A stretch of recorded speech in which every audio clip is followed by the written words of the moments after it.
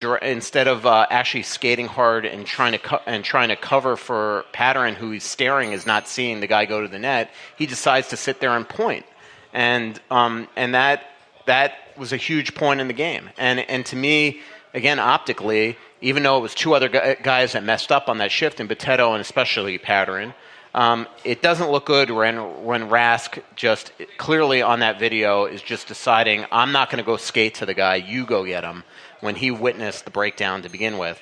And that's his guy. So that's an issue there.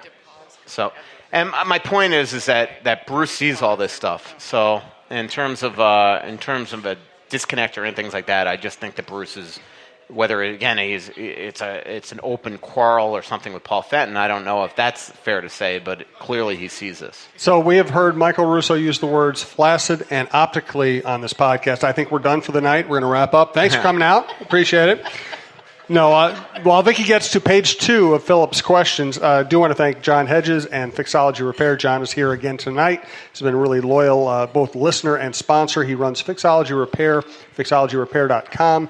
Located in the Mall of America, 3rd floor by Nordstrom's, also downtown in the Skyway, just south of the Wells Fargo Center, across from the Dunn Brothers, across from Taco John's. I know I walk by there all the time, and I went there recently to get some tablets fixed. They handle sizing, soldering, they work quickly.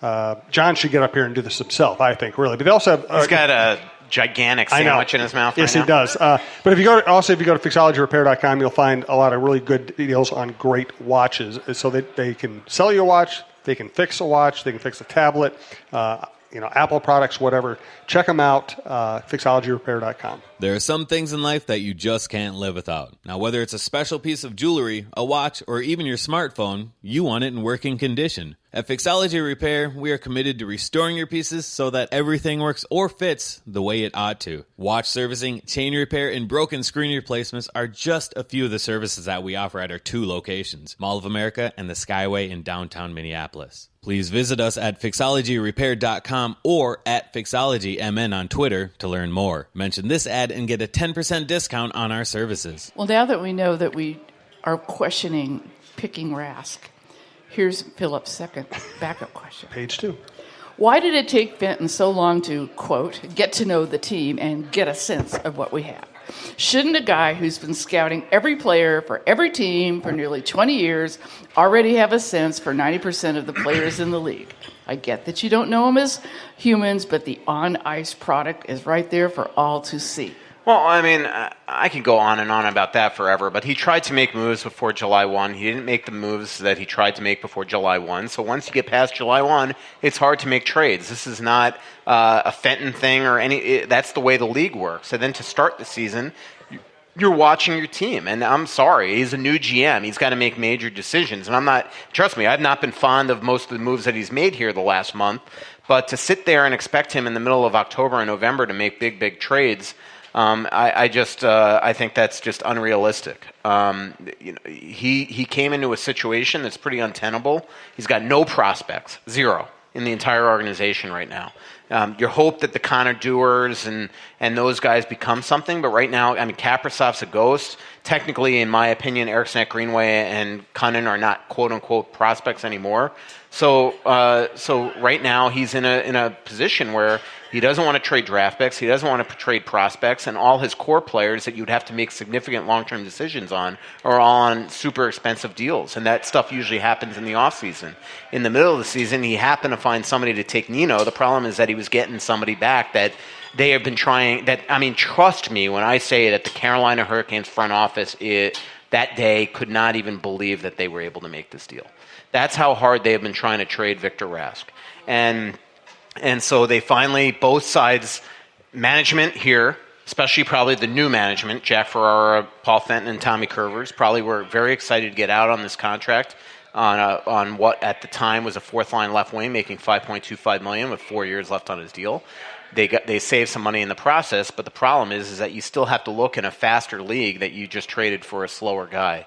And a guy that sometimes work ethic wise, he's a very smart player. I mean, I see that. He makes very smart decisions on the ice, but the problem is that his warts are a problem on a team like this that has a lot of other warts with it and needed to get faster. So we'll see if anything else. To me, another issue are adding back-to-back number 7, 8 defensemen, and then what you do is that to make those two moves, your answer to that was to get rid of Nate Prosser, your only right shot guy. So then what happens is now you put the coach in a position where you're playing a left shot Brad Hunt on the right side, who only played 9 or 10 games on the right side all the last couple of years. And now because the GM wants him to play Boteto, well, he doesn't want to then put Boteto on the right side, so he takes out Nick Seeler, which I'm sorry is just not the right move in a game, especially. Even if Bruce was making that decision yesterday, the second he found out Eric Fair was sick, I would have changed that decision and just said to Paul, hey, sorry. Paul wasn't with the team yesterday. He was still in Boston. But I would have said, sorry, you know what, we're going to wait till the home game to play Boteto. Maybe I'll take out Nick here, but right now we're already without a penalty killer. And then it became a bigger issue when Mikko went down. So now you're without Fair, without Mikko, and you're without a shot-blocking maniac like Nick Seeler. And then what happens is you give up 2 power play goals in the game. So I just don't like that these moves have now put the coach in a position where he's got to play the guys that the GM wants to play. Here's a good example, is that Eriksson Ek comes back up. Well, you know that Bruce deep down wants to throw probably Rask on the fourth line. Well, you can't, he's not, you just traded Nino Niederreiter for him. The GM wants him to play. So now what do you do with Eriksson Ek? Well, if Eriksson Ek's on the fourth line, then again, how does he step up in the right position? So maybe you got to throw him a bone tomorrow and put him on the power play. We'll see. But for a team that won 3 in a row and 4 out of 5, the Boteto pickup in particular was very weird to me. Because all of a sudden what it meant is you had to come back from the break with things going well, and you had to, and that had a domino effect on every lineup decision that Bruce made from then on out. And now they haven't won since the break's over. And I'm not saying it was because they added Anthony Boteto, but what it's done is it caused them to not be able to bring back Eriksson Ek and Cunnin when the team was on a roll. And there just comes a point where as a GM you got to take a step back and say the timing's not right. Or as a GM you might say, you know what, I love Anthony Boteto because I know him from Nashville, but sorry, I made a trade yesterday for Brad Hunt. But what he did is that he's like, oh my God, I can get Boteto too.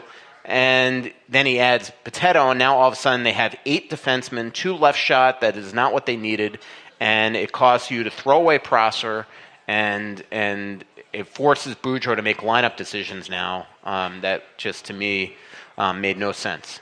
Well, it's interesting that you brought up Eriksson Ek because our friend Allison wants me to ask you why Ek won't get a shot at the second line to give him the opportunity to play with better players to see if he has a chance or not to be effective. One, again, I mean, I don't want to put words into Zach Parise's mouth, but Zach doesn't deserve that. Zach needs to play right now with Coyle and Cunnin.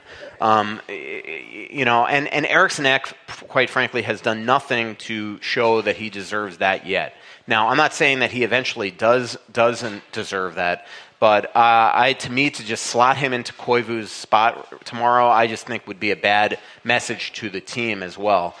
Coyle should play center tomorrow. Stahl should be the number 1 center tomorrow. Rask should be the 3rd center tomorrow. I would put Eriksson Ek on 3rd line right wing tomorrow and play Fair, if he could play, Fair at 4th line center. If Fair can't play, then we'll see what Bruce does with Rask and Eriksson Ek. If the management wants Eriksson Ek getting top 9 minutes, well then Paul Fenton needs to accept that Victor Rask then is the 4th line center on this team, at least temporarily. But to me, it's got to be earned. Joel Eriksson Ek has had enough anointed in his career already by this organization. He was given a spot 2 years in a row for absolutely no reason, and put the team in a tough position. They didn't go out and try to get better because he was just given opportunities. Well, now that Mikko's out, he shouldn't just be given Mikko's job. I would give him ice time. I would maybe even throw him on some power play special teams for the first time in his career. But he's got to earn his way up, not only just for him having to earn it, but his teammates need to see that he deserves that extra ice time. I agree. Yep. It's going to be a rough 7 weeks. It's going to be a rough 7 weeks, potentially. Yes. Yeah. All right. Thanks, So. Mike. Vicky, you're a better guest host than LaPanta. Nice job. Better hair, too. Better and much better hair. No doubt about that. That didn't need to be mentioned. That's why I didn't mention it. We are here. My barber today, hairstylist today. I go to her at one point. I go, by the way, how's the bald spot? She goes, it's fine. I said, you don't need to lie. She didn't even try to say, "Oh, it's not too bad." No, or she goes, "It's fine. It's nice and big. Yeah. It's rosy." So, how are you, dear? Good to see you. Thanks for coming out. What's up? Do you have a question for us? Our friend MJ, also known as Mary, is here. Well, what's up? I'm Mary. Hey, Mary. Yeah. And I was wondering, changed my question. As listening to you talk, what is a team that has management that you admire and have a deep, farm system, and they're mixing their veterans and their younger people, changing up, their... Yeah, I mean... Thank you, dear. Appreciate it. That's if you need a hat or a T-shirt, that's grab a one. loaded question Or because both. everything's always cyclical. But I mean, I love what Winnipeg is doing right now. I love what Calgary is doing right now.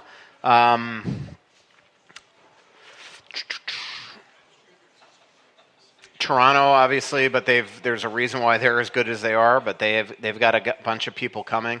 I love what Ray Shiro's doing right now. I think I think a lot of people this is in New Jersey. I think a lot of people thought they'd be a lot better than they'd be this year. But I mean, to parlay Brian Boyle into a second round pick, pretty good trade getting ahead of that. I mean, that's insane to me that Nashville gave up that much. I think Nashville got worse today, adding Boyle and McLeod. I just and right now it's the Wild. If they keep on pace, there's a chance they play Nashville in the first round. And we all know that Pekka Rinne in Minnesota is not the Pekka Rinne that plays the Wild in Nashville. I mean, he gives up 5 goals a game, it seems, every time he plays the Wild here. So I think they're beatable. But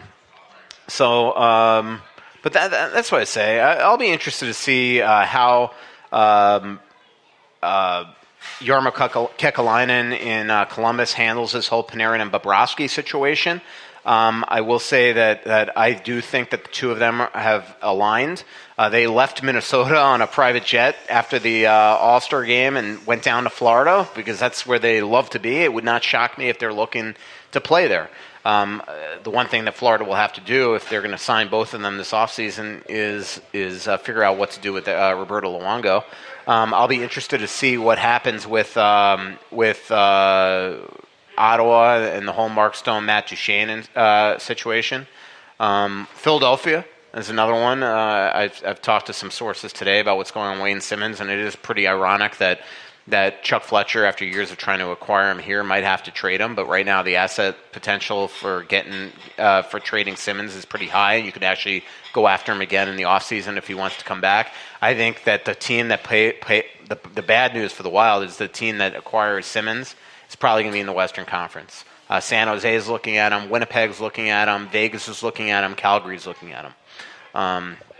So it'll be interesting to see what happens. There's so many below the Wild right now. Every team's in the same boat in huge losing streaks. Anaheim's absolutely in the tank. Colorado's been atrocious.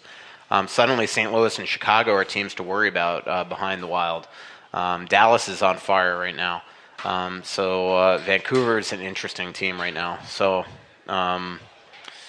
every team's sort of, we get so focused on the Wild and maybe if whether you think they're mismanaged or not, but if you look around the league, there's a lot of teams. Nobody's perfect right now. Very few teams are. So Good to answer one thing, I love Jim Rutherford in Pittsburgh. I mean, to answer your question back, I mean, that guy gets out in front and makes big trades. I'm not saying that I absolutely love the Bukestad trade, but he traded a couple guys that he didn't want back, and he was able to get a future asset, and maybe Bukestad becomes the player that we all thought he'd be years ago when he was drafted.